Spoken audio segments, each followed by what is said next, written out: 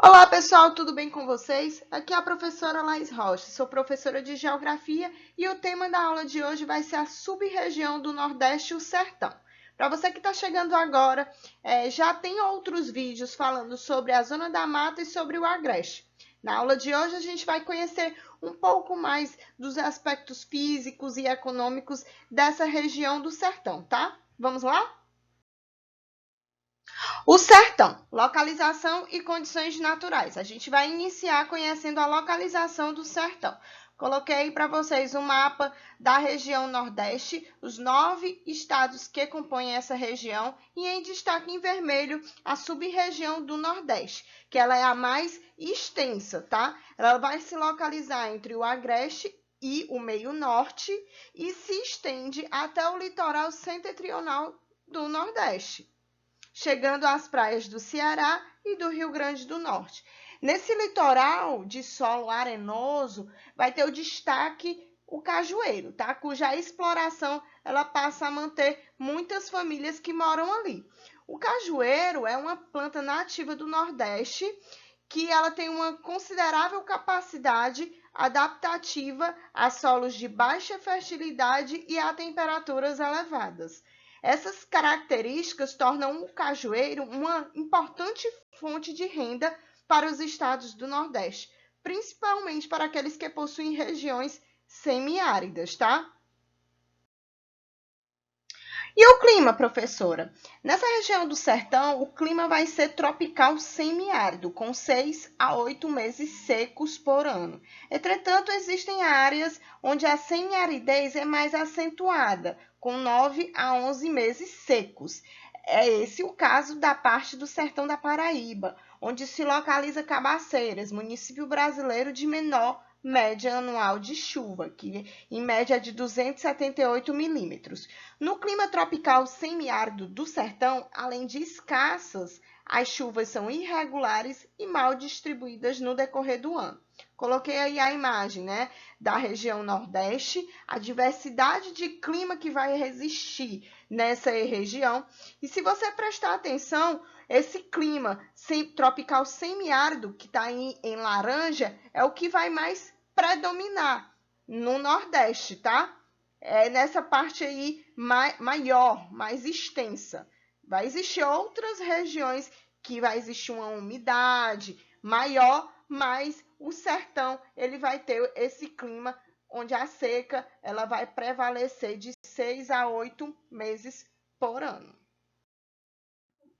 Nem todo o sertão é seco. Assim como ocorre no Agreste, o sertão também possui áreas úmidas, os brejos. O principal deles é o do Cariri, localizado no sul do Ceará, na base da encosta norte da Chapada do Araripe. O Cariri ele possui fontes de água que possibilitam o desenvolvimento da agricultura e da criação de gado no ambiente da Caatinga. No Cariri desenvolveram cidades importantes como Crato e Juazeiro do Norte, cuja área de influência estende-se a vários municípios. O Cariri, em virtude de suas condições naturais favoráveis, é a segunda opção do território do Ceará mais povoada, atrás apenas da Grande Fortaleza. No mapa aí do Ceará, em destaque, em verde, está a região aí do Cariri, tá bom?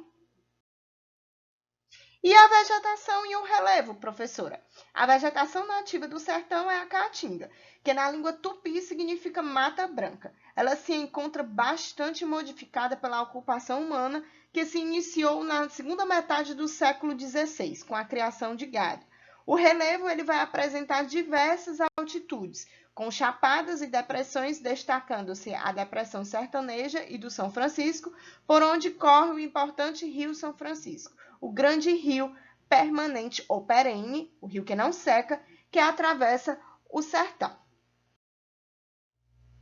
O Rio São Francisco, ele tem os seus 2.700 quilômetros de extensão. Nasce na Serra da Canastra, em Minas Gerais, a mais de 1.000 metros de altitude e deságua no Oceano Atlântico, marcando a divisa dos estados de Alagoas e Sergipe. Por ser um rio de planalto, seu curso apresenta várias quedas, muitas aproveitadas para energia elétrica. Ao longo do seu curso estão instaladas as usinas hidrelétricas de Paulo Afonso, Itaparicá, Sobradinho e Xingó. Destaca-se também sua importância para a pesca, para a irrigação de terras e para a agricultura de vazante, realizada sobre os sedimentos depositados pelo rio em suas margens na época de cheia. Desde o período colonial, o Rio São Francisco tem importante papel na comunicação e no transporte, possibilitando o intercâmbio entre o Nordeste, o Centro-Oeste e o Sudeste. Foi primordial para a criação de gado, serviu de via de transporte de alimentos, o milho, a carne seca, o feijão, a farinha, para o abastecimento da região de Minas e por ele seguiam escravos e garimpeiros vindos de outras regiões. Aí vocês conseguem ver em destaque em verde aí, né, o percurso do Rio São Francisco. Diferentemente de grande parte dos rios do sertão, que são intermitentes ou temporários, ou seja, secam no período de estiagem, o Rio São Francisco ele é perene, tá? Ele nunca seca. Apesar da baixa pluviosidade e da grande evaporação de suas águas no semiárido e do fato de seus afluentes da margem direita serem temporários, esse rio ele não seca porque sua nascente é alimentada pelas chuvas que caem na Serra da Canastra em Minas Gerais. E seus afluentes situados em território mineiro também estão em áreas bem regadas pelas chuvas, tá? Esse rio ele tem sido secularmente alterado pela ação humana. Além da poluição da água por resíduos industriais, domésticos e de garimpo, o desmatamento das margens tem causado o seu assoreamento. A transposição das águas do Rio São Francisco. A ideia de desviar parte das águas do Rio São Francisco para irrigar o sertão surgiu em 1858. No ano de 2004, foi apresentado e aprovado um projeto para a transposição do Rio São Francisco, cujas obras foram iniciadas em 2008. Parte de suas águas será bombeada para áreas de altitudes mais elevadas, em direção a 2 eixos, onde correrão por aquedutos e canais para leitos de outros rios, reservatórios e açudes para abastecer então a população do sertão. A transposição das águas do Rio São Francisco gerou polêmicas, né? Ambientalistas ainda temem pelos impactos ambientais e sociais que a obra poderá acarretar, entre eles a diminuição do volume de água do rio. Sertão e sua economia. Desde o período da economia colonial, desenvolveu-se no sertão a criação de gado bovino, vindo do agreste. A expansão da criação do gado para o interior do Nordeste ocorreu a partir de Olinda e Recife, em Pernambuco, e de Salvador, na Bahia. Os principais produtos cultivados no sertão são o milho, o feijão, o arroz, mandioca, algodão e frutas. A fruticultura ela desenvolveu-se com sucesso no sertão graças ao uso de técnicas de irrigação implantadas a partir do ano de 1980. 2 áreas se destacam: a do Vale do Rio Açu, no Rio Grande do Norte, e a do Vale do Submédio do Rio São Francisco, onde se localizam 2 centros urbanos muito importantes, os municípios de Petrolina, em Pernambuco, e Juazeiro, na Bahia. Ali são cultivados uva, manga, melão, abacaxi, mamão e outras frutas, que são vendidas para os mercados interno e externo. As áreas irrigadas permitem até 4 safras anuais, dependendo da fruta cultivada. Na imagem aí do mapa do Nordeste, a gente consegue ver a penetração do gado bovino, né, vindo da região baiana e também de Pernambuco.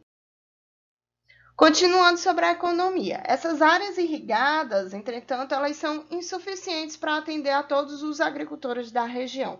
Desse modo, convivem no Vale Submédio do Rio São Francisco uma agricultura agroexportadora em escala internacional, com forte tendência à concentração da propriedade de terra, e outra baseada em minifúndios, que não dispõem de um sistema de irrigação.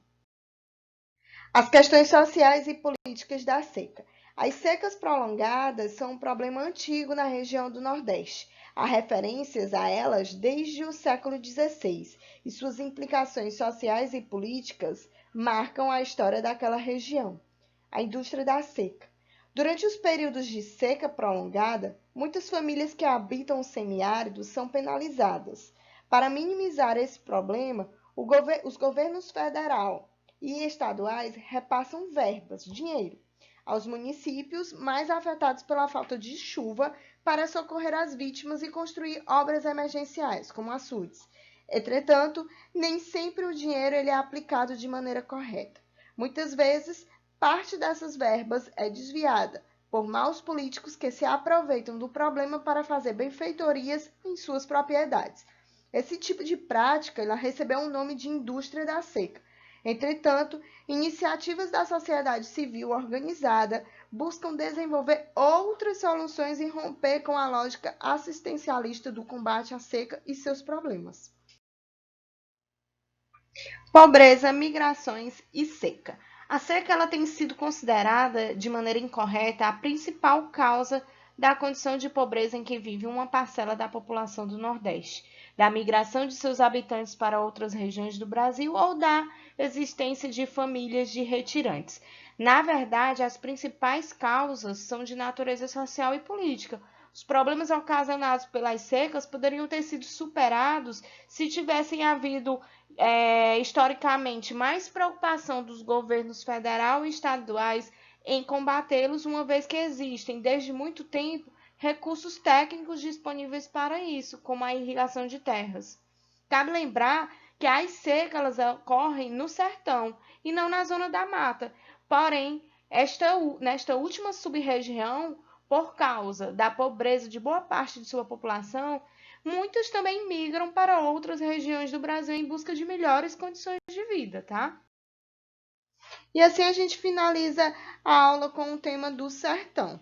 Espero que vocês tenham gostado. Coloquei aí para vocês as minhas redes sociais, o blog da escola, o meu canal no YouTube e no Instagram também, caso tenham ficado com alguma dúvida, ok? Valeu, galera. Obrigada e até a próxima aula.